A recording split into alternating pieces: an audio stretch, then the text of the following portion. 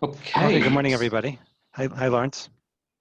Hi, Joe. Why don't you go first and introduce yourself and what this session is about, and then First of I'll go all, ahead and introduce great. myself.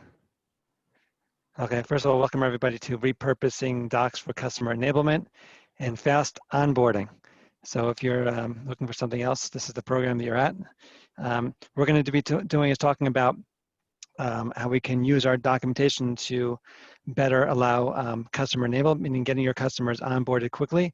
Obviously, we use our documentation, for online help, for self-service, but specifically, creating use cases and flows in order to, for the particular use case or problem of enablement or customer success and getting people onboarded with your product is what we're going to be talking about today. So my name is Joe Gelb. I'm President and Head of Business Development at Zoomin, and I'll let Lawrence introduce himself. Thank you, Joe. So my name is Lawrence Orin. I am Product Evangelist, Content and UX Expert at Zoomin. I joined Zoomin about 2 years ago, a little bit more than 2 years ago, although I feel like I've been at Zoomin for quite some time because I used to be also a customer of Zoomin.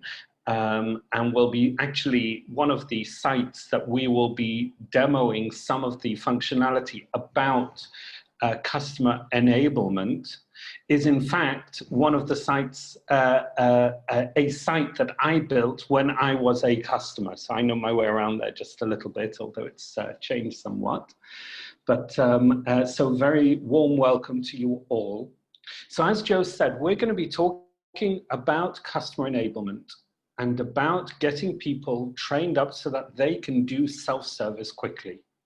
So customer enablement allows customers to get up on their feet. It's like a getting started, really, and to be able to get going with your product without having too much hand-holding by people. It's very much a self-service approach.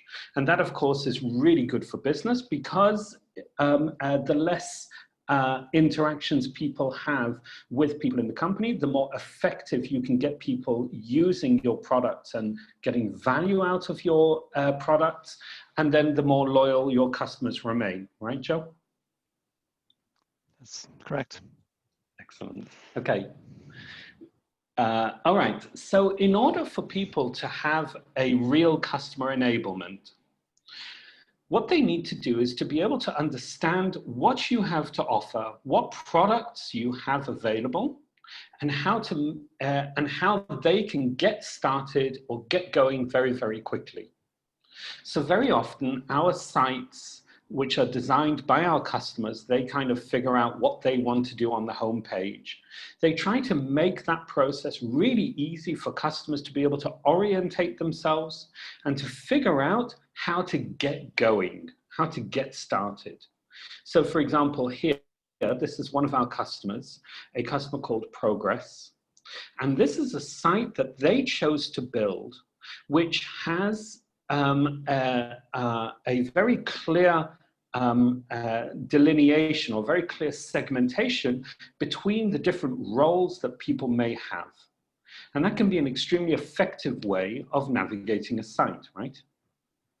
So basically if I just clarify what we're seeing now, we're seeing a site that was was built on top of a Zoomin platform, customized in order to, with a particular skin customization or site customization in order to highlight the flow for getting onboarded.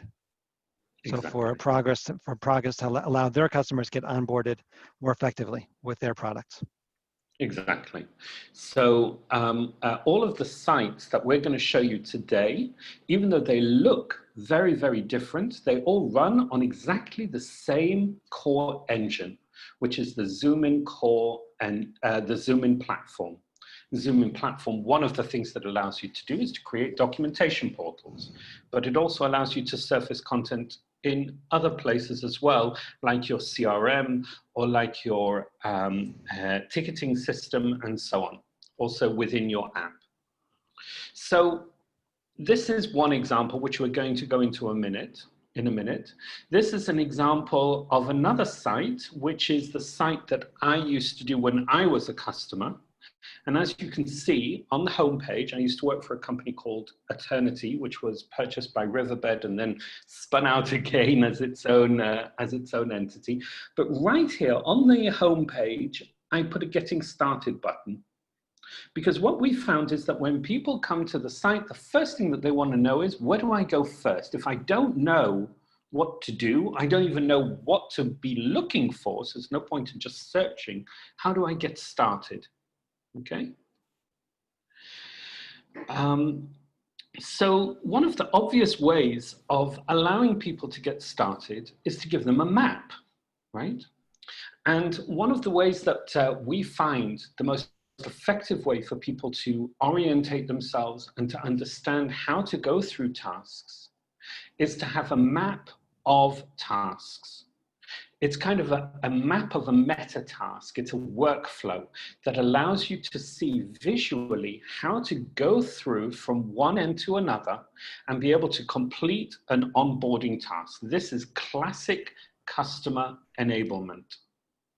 And you can see this map in action in a number of our different sites. I'm going to show you another site now. This is a site from DocuSign, who went live quite recently.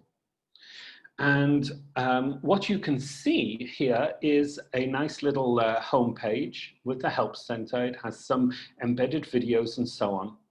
But one of the things that they wanted to do was to really emphasize how quickly and how easily people can onboard. So if you choose one of the meta tasks that you want to go into, say e-signature, then as a signer, you can get started very quickly. And what you see here is a map of how to get through your role as a signer. You can see this dynamically rendered as a bunch of tiles, which is very often the case. But also, what a lot of people like is the ability to see this task rendered dynamically as a workflow. And there are a couple of things that you can see as part of this workflow. The first one is that you know where you are in the workflow. Okay, you have this "you are here" icon. Okay, and then if I want, I can go in and read a topic. And when I read the topic, I don't just read the topic as it is, but I can also navigate now in several different ways. I can navigate along my workflow just like I was on the tube now, and I would be able to see all of the stations that would be able to get me to this, to complete my goal. But I can also view this topic within its publication as part of its table of contents. Now, these two are not the same, because this workflow could indeed have content that could be pulled from many different publications, not just from this one. So this is really a meta task that allows you to zigzag across your library in order to complete a very specific mission, a very specific goal. So basically what you're saying, Lawrence, is that you have a lot of different types of content that you're putting up, maybe installation guides, admin guides, troubleshooting guides, all kinds of different types of content that might be bundled into certain publications. But what you're able to do is basically say, okay, if there's certain goals or certain destinations that I need to get to, right? How do I kind of pull out particular topics that may have actually been published with other publications and like pulling that into one flow? Absolutely. Absolutely. Wow. So an extremely important thing is that it doesn't just have to be from different publications. It could even be from different products. I mean, I'll never forget in the very first iPhone demonstration when Steve Jobs got up on stage and used maps in order to find the nearest Starbucks, and then pushed on Starbucks, opened up the details of Starbucks that it pulled from the internet, and then clicked on the phone icon in order to call and order 50,000 coffees or something. Now, this is an example of a workflow that crosses several products. not just several publications, which it could also cross, but even several products. So very often, a meta task can zigzag across many different corners of your library, but from a customer point of view, it's still one task. So it's very important to be able to have both views. You have the publication view that allows you to see a hierarchical table of contents very much in the way that you would expect. And then you can navigate the table of contents, if you like, by moving to the next or to the previous. Or you can look at it as a workflow in the context of the workflow that you started and move to the next item or the previous item just by using these icons here or here as well. I think it's also important to understand, sorry, just one other thing, that this item here, you are here, this moves to the next one when you've marked the item as done. So now if I mark this as done, then I'm moving on to the next one, okay? But if I move it, and you see the little checkbox here, but if I mark it as undone, then I come back here as well. So being able to read a topic doesn't necessarily mean that I've completed all of the tasks within the topic, right? Go ahead. Very nice. Now, so it would be great if you clarify for us if, I mean, is this workflow seems very custom. Is this like something very customized, or is this I guess my first question for you, Lawrence, is this something that is, that can be created dynamically? Is this something that can, how are these created? Is this like out of the box functionality that I can make use of, that where all this is being rendered for me based on some kind of a input file? And my second question is for you, if you can explain, can I have multiple workflows for multiple products, and can I actually jump between workflows? So if you can expand on that, like the functionality as well as how it can do multiple workflows, that'd be great. Sure, sure. So one of the things that you have, it's a great question, first of all. So one of the things that you have typically is that when you're doing a workflow and you're not doing it in this format, you have to kind of build it in a graphics application, or maybe just a simple vector graphics application, and then you have to save it as a graphic, and perhaps put hotspots over it, right? So that you can make it dynamic. This what you're looking at here is completely dynamic. This has been rendered because these have been assembled together in the way that you see here, and they have been rendered dynamically as a workflow map. So what the engine does is that it uses the same engine to gather together these guys here out of the box that it would use then to dynamically create this. So it's really one and the same thing. It's really easy for a customer to be able to make their own workflow map. They can make as many as they like that cut across the entire library, zigzagging everywhere. And then you can move, of course, from one to another if you need. So you can have workflows within workflows, or you can have workflows that link to other workflows, or you can have these meta tasks that, of course, can be as complex or as simple as you like. Great. That's really cool. So these flows are based on an XML file, which can be partially crafted or partially dynamic, meaning based on metadata, grabbing certain steps, or based on different methods of kind of semi-automating how these flows are created. Right, right. So we'll talk in a little while about how to automatically create navigation, okay, which is dynamically assembled, never mind automatically or dynamically displayed, but you can have dynamically assembled navigation as well. But we don't really recommend dynamic assembly of tasks when it comes to workflows, because workflows are usually very carefully ordered. So you can't just assemble something dynamically and hope for the best. You really need to make sure that this happens before this, which happens before this, which is a much more deliberate process. But when it comes to navigation, yes, there are lots of dynamic ways of assembling things together, and we can look at those too. So another example of people who have used workflows to great effect is the example that I showed you before from Progress. This is exactly the same engine, exactly the same Zoomin engine that generated this site. And what happens is that these guys have decided to create or to segment their initial navigation by a persona. So if I identify myself as a developer or a system administrator or a DevOps engineer, it doesn't really matter. I can pick one of these and I can go in.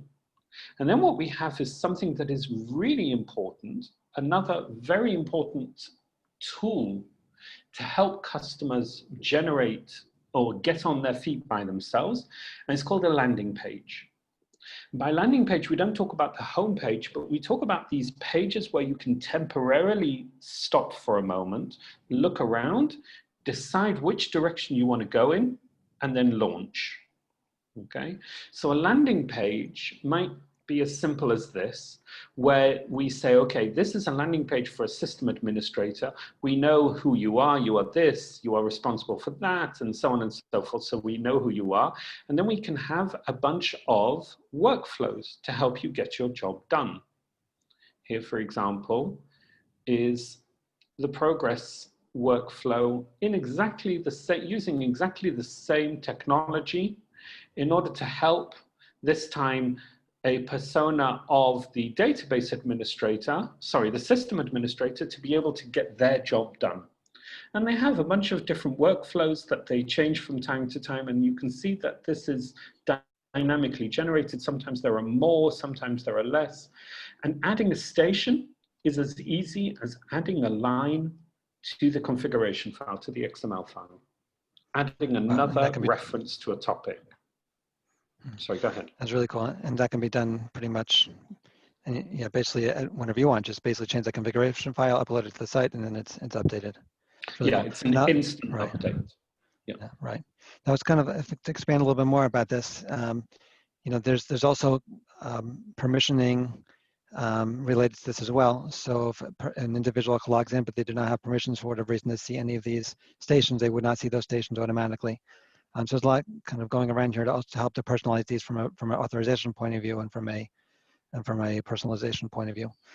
The one thing I wanted to kind of raise up a couple steps up before, Lawrence, you move on with the demonstration, is this, I think there's a really useful tool to help manifest the content strategy. Meaning, very often we come up with content strategies about, you know, what our products are, who's using those, what are the personas using the products, how are they successful, what content do we need to create in order for them to be successful with our products, what are their roles, what are the things they need to get done.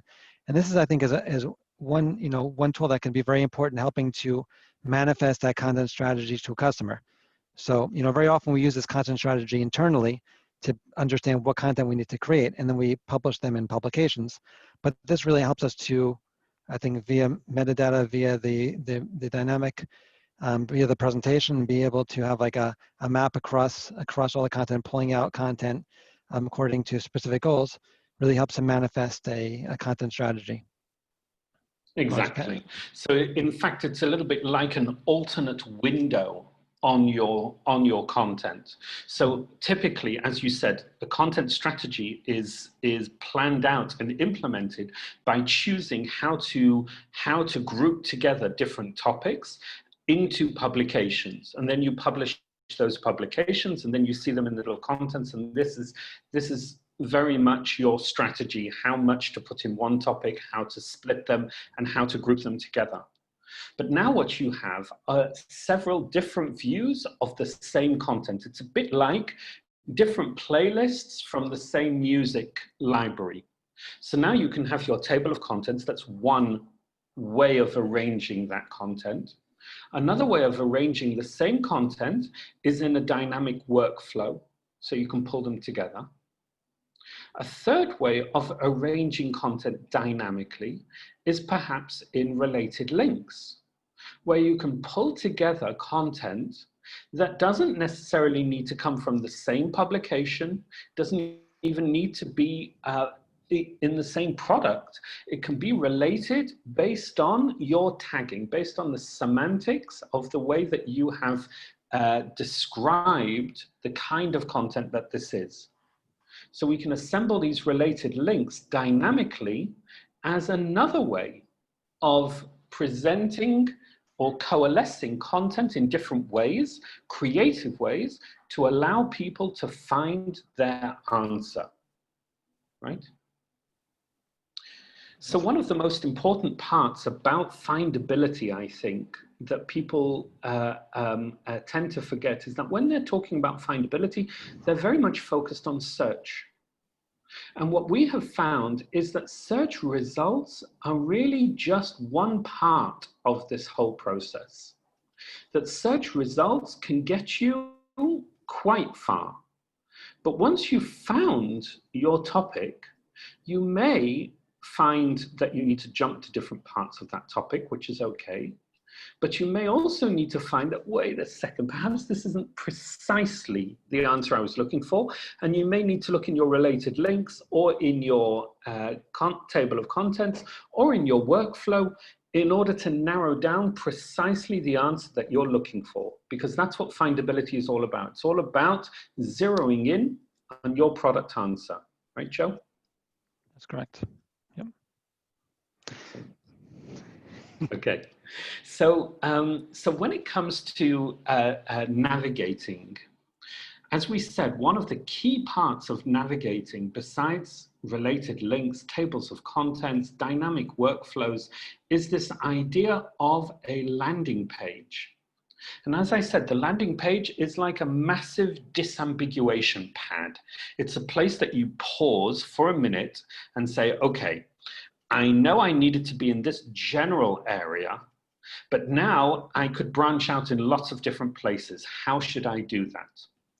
So I'm going to show you another site which is also using the same engine. I know it looks very, very different, but this also gives you an idea of the kind of things that we can do. So one of our dear friends, Mcafee, they have a great site that they update very regularly. And you can see that they have, you know, their carousels and all kinds of things that they've got going on here. Some of these things are assembled dynamically, like what's new, which we'll talk about a little bit later. And some of them are statically. But one of the things that you can look at are these landing pages, these disambiguation pages.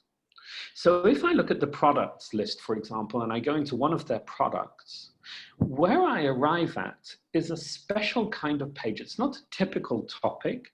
This is a place I can pause for a minute and say, okay, I need to be in endpoint security. Where do I go now? And this is a huge boost for customer enablement. This allows people to get on their feet. They're not quite sure what to look for, so they're not quite sure what to put in here in the search, but they do know that they want something about endpoint security, and so they can look at all of these different links and try to find where they want to go. Some of our customers make it just a bunch of links, and some of them make it a bit more descriptive, as you'll see in a minute. Joe? Yeah, I was just going to point out, it's very interesting that this is, and these are, you know, links based on like subject matter or you know, specific goals, but also they have, you know, hot links to things that are, you know, release notes that are very common, but also on the bottom, there are links to common KB articles, which are really outside of the documentation portal. So again, Correct. A way of bringing in other content from other repositories or other silos and making that available in one landing page. Exactly. Now, some of these things may be assembled dynamically using some rules, and some of them can be assembled statically, and you can mix and match those as and when you need. So to take another example, so we've seen one example which was quite graphical, like this one here.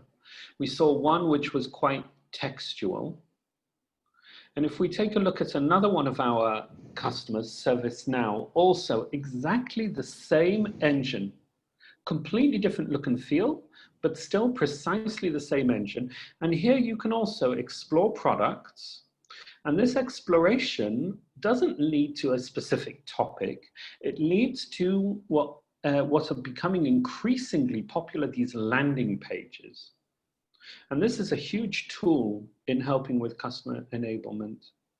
So if I choose one of these and go inside, this has got its links so that you can understand a lot more about where you can go from here. But it's also more wordy. It's got a nice video to give you an overview of this whole area of products, so you can start to understand a little bit more. It has a much more of a data sheet kind of flavor to it. So it's a real introduction. And once you have this overview, you're then in a perfect place to launch out and to say, okay, which general area am I going to? So these are different ways that people have chosen to implement this whole idea of a landing page. The way that you can move around a site without really knowing what you're looking for. So search isn't quite there yet, okay? It's not quite for you yet. You're just exploring, figuring out what you need to do. It's kind of a getting started. And then you'll want to launch from there to other places. These are our landing pages. Right? So some of these are written as simple topics that have been creatively laid out, okay, with special areas for different links. Some of them, like this one, is also, in fact, it's a reference topic in DITA, for those of you who are interested, which have different kinds of sections that have different output classes that we know to display in certain ways. And some of them, if I just go back over here, are simple tiles that have been redesigned, a system tile that has been redesigned to be able to move around and to look at the different landing pages and then move to these dynamic workflows. So these are all extremely powerful tools to help with customer navigation enablement. Sorry, go ahead. Yeah, Nelly, you mentioned, thanks very much. You mentioned that the content that was being that was behind the scenes on the Mcafee site was a DITA topic, basically meaning that whoever, like an author or whoever has access to that particular topic, can basically check that out of the repository, make a change, save it, and they basically and then the site can be changed, you know, pretty much immediately. Now, I think it's also interesting to note, Lawrence. I mean, some companies may be using DITA, some companies may be using other sources of content like Confluence or Flare or you know, Markdown, or they might be using a mixture of all those different types. Can you please relate to whether how that would be supported on the site for the navigation, for everything we've been seeing here? Right. Right, great. So the beautiful thing is that that it's completely transparent. It absolutely doesn't matter. So where some content was born, if it was born in Flare, or if it was born in DITA, or if it was born in Markdown, it really doesn't matter. All of those things come together. Yes, Confluence, all of them. They all come together on the site, and then after they are available on the Zoomin platform, you can mix and match from different publications, from different content formats, from different products, and bring them all in together. So it's really a very simple and easy way to bring together things either in topic format like this, or in a visual format like we were looking at before with these dynamic workflows. This can really work together very nicely. Right.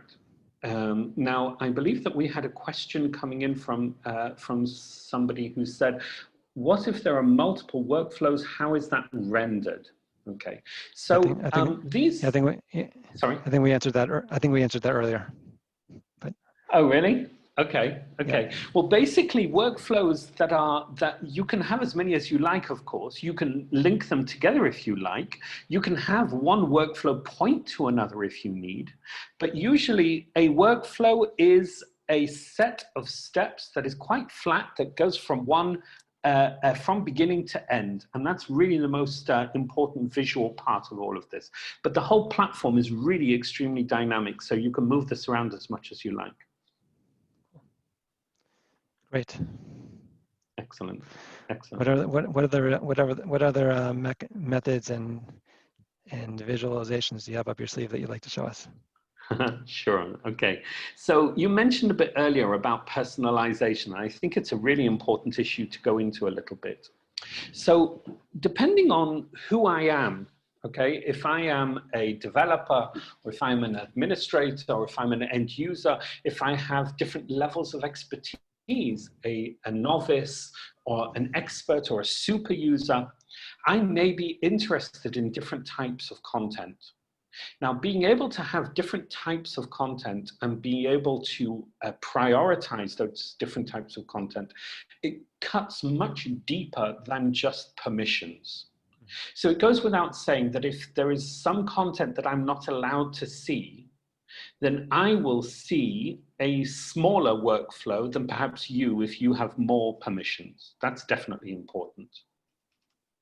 But I also have a very interesting thing where if I have some content that I would prefer to see, then perhaps I should be promoting that content. So if I just find a topic for a minute that has some related links, these related links that are here, they could come from lots of different places. They could come from rel tables.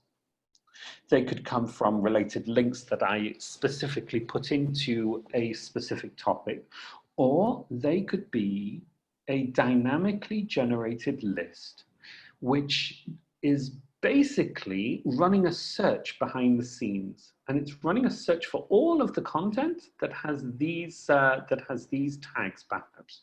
So we know it's related.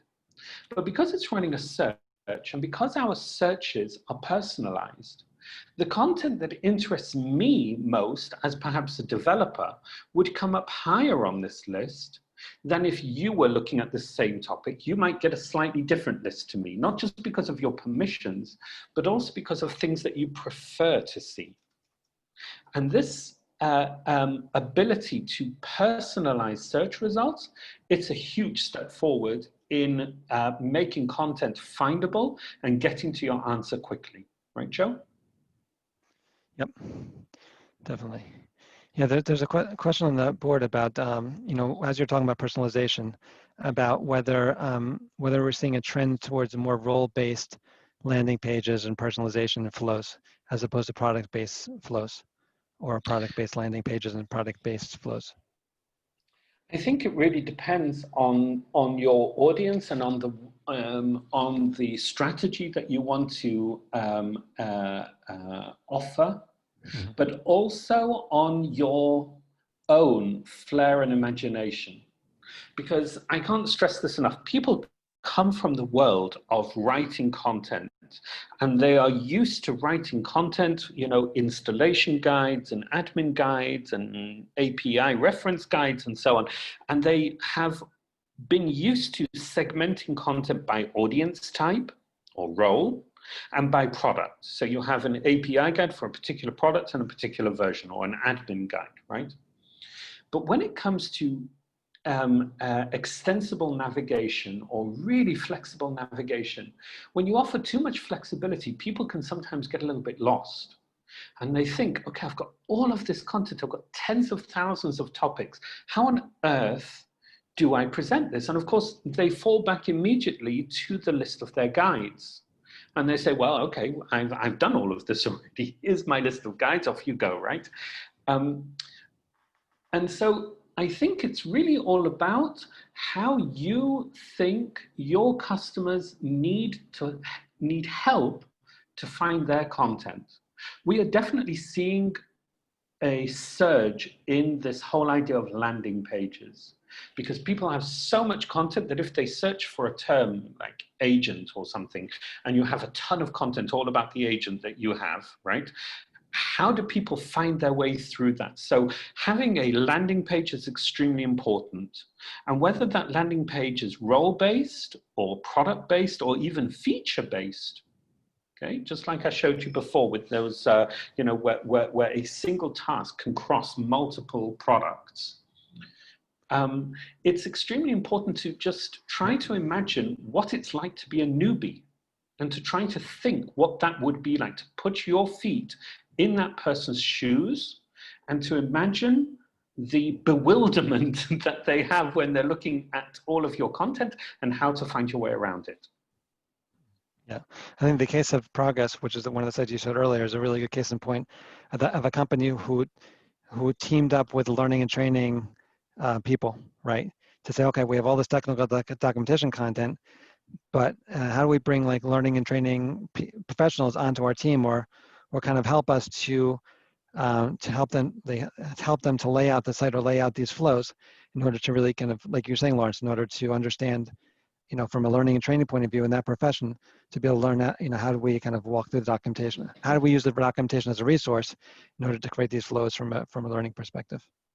Yeah, yeah, and we really liked this site because we felt it broke many paradigms that people had a long time ago, and they started to look at things in a very different way. And sometimes it takes people like people from IT or people from training in order to come forward and offer a very different approach to the way you would navigate your content, right? So personalization. So when you talk about a search, say for example in here, and you're looking for something. So I did an empty search right now. I did a null search, and I'm looking for content. And what you can see here is that these are personalized search results, okay? And this is from a company called Cray from Hewlett-Packard, okay? The guys who made the supercomputers. And here you can see that the content that is coming up here now, without any particular search term, by curious coincidence, they're all coming up CS series version 1911. Look, this one is also CS series version 1911, 1911. Now that's not a coincidence, right? So that's because I've personalized my search results. If I switch off the personalization for a second, I get a very different order of content, a very different set of features, a very different set of tags. If I switch it back on again, then I get my 1911s. And the reason that I get my 1911s is because I've already set a preference for this particular version. I've said in my search preferences, I've personalized my search by saying that I'm interested in CS 1911. You see that? But what I can do is equally change that to CS 2002, for example, then go back and do exactly the same empty search again. And now all the content from this version is now coming up much higher than the others, right? And this is happening because we are clustering searches. So this item here, it looks like it's just one item, but you see this is also available. And look at how many publications also have this same topic in here as well. So we cluster around your search preferences, and we make sure that your search preferences are the ones that come up highest on the list of search results. And this can then manifest also in your related links.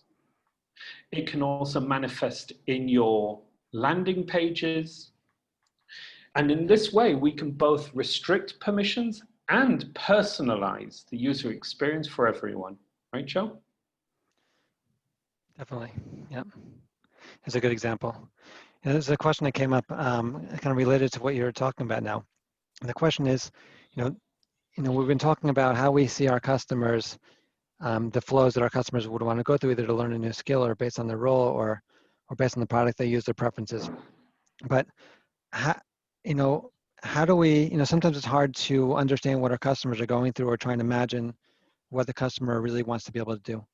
That question came up about, do we have tips on the best practices and how to try to see the experience through a customer's eyes, or how to, I guess, use customer feedback or some way to create these based on what we understand from the customers themselves?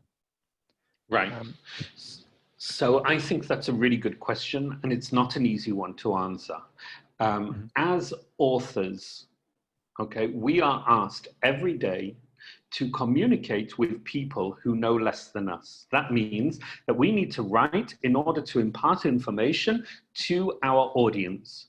And in order to do that effectively, an effective communicator needs to be able to put themselves in the shoes of their audience, to imagine what life is like not knowing what you know, and then to handhold them through this process of learning. Okay, so the easy answer is, well, that's your job, right? You're supposed to know what your audience is like. But of course, that's very flippant, and that's easy to say, and it's not so easy to implement, because very often technical writers are not exposed very much directly to customers, and they sit at the very back. So what a lot of customers do is one of two things. They either talk to people in their organization who do speak to customers all the time, which is really easy to do. So you can speak to your support people, or you can speak to your sales people, or to your marketing people, the people who do have that constant rub and interaction with the people who you are trying to reach, and ask them, speak to them, interview them, and find out what assumptions customers are laboring under, what difficulties they have, and why we are coming to solve their problems. So that's one way of doing it. Another way of doing it is what these guys did. They just went out with their beautiful workflows and everything else, and they said, okay, let's do some testing. let's have a whole, let's roll out this entire thing where we'll have some questionnaires, and we'll film people looking at this stuff, and we'll record them, and we'll collate all of this information, learn from how they look at the world, how they look at the site, how they look at our product. And let's learn from this and make it better. And sometimes that betterment comes by changing the content, and sometimes it comes by changing the site, like they did with these workflows, which are really cool. Okay. Nice, thanks. Sure. So one of the other things that people can do when they are trying to think about how they navigate through this massive library is that they may want to keep some topics for themselves. Or they may need to, for example, follow a topic so that if something gets updated, they want to know about it. And these are very common requests that are also part of the engine and part of what everybody has. Okay, so here, for example, you can follow a topic, and you have to be logged in order to do this, so that when this date changes, which is the date that this topic was last edited, okay, in the CCMS, then I automatically get a notification sent to me, Lawrence, saying this topic is updated, why didn't you go take a look? But another thing that I can do is that I can say, okay, I'm here, okay, and I've got all of these subtopics that go with it. I'd like to add this to my topic. I'd like to add this topic and all of its subtopics as a kind of takeaway for myself, okay? So I can create a new collection, and I can call it Lawrence, for example, and I can add it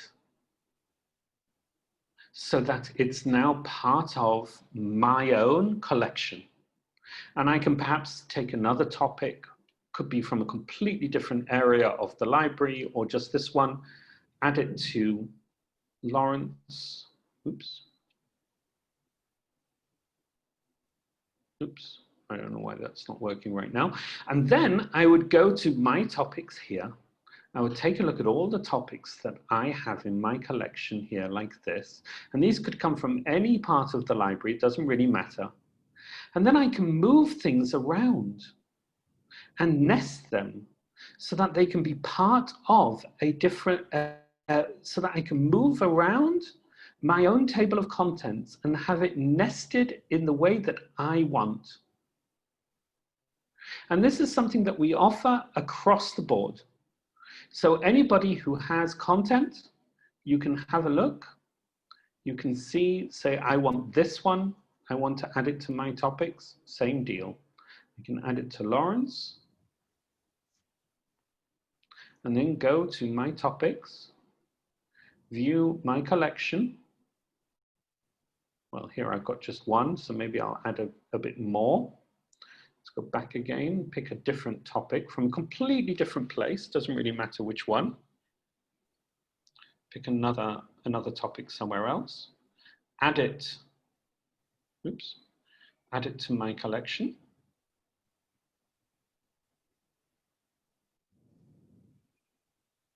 And then go to my topics here, see my collection, move things around if I want.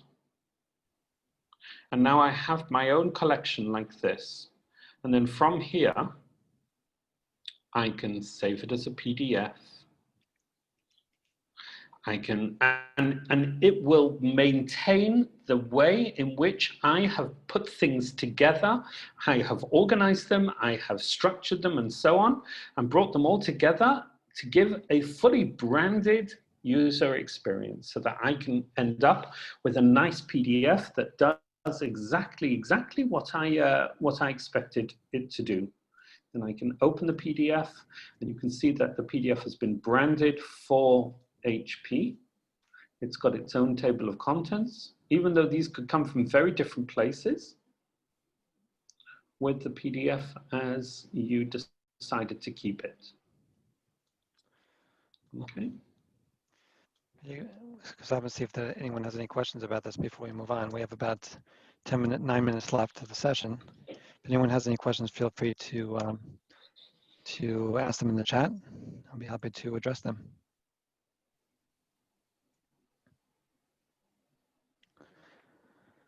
Meanwhile, Lawrence, I remember you talking about glossaries.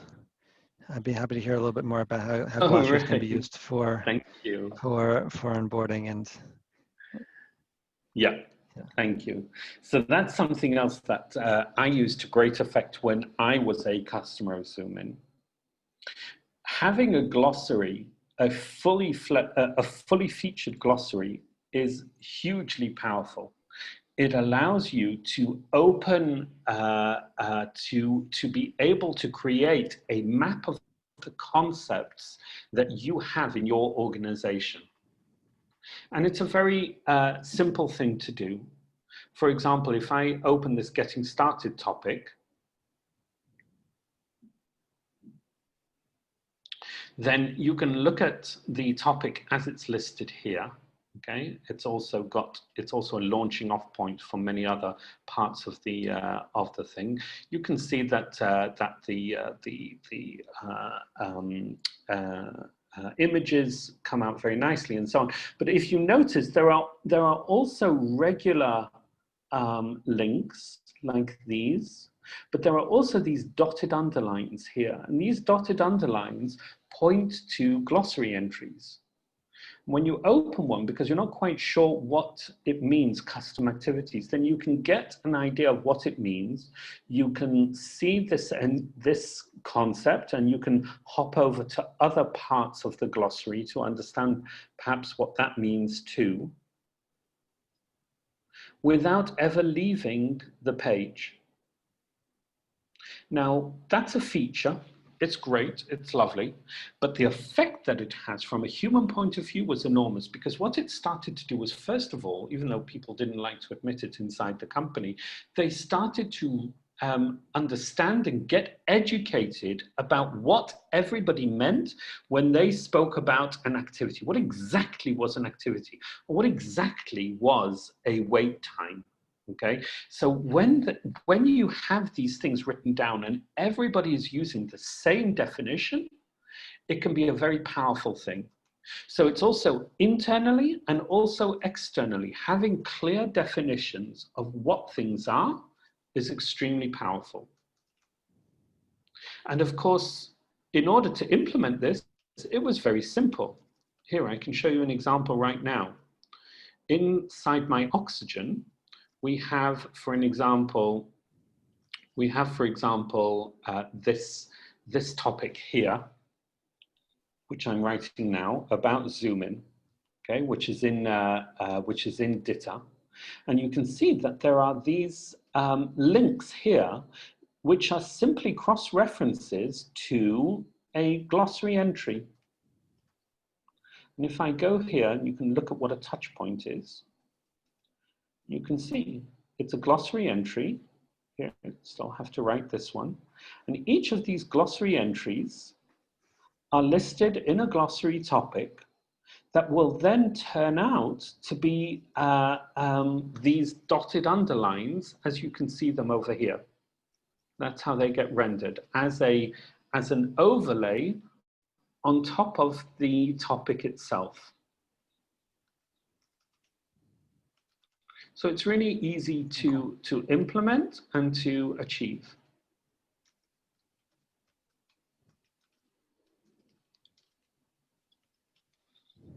And a very powerful way to enable customers to get on their feet quickly.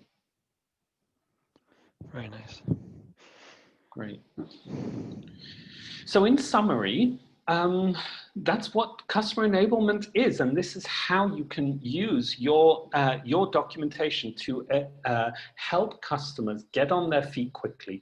It's all about getting started.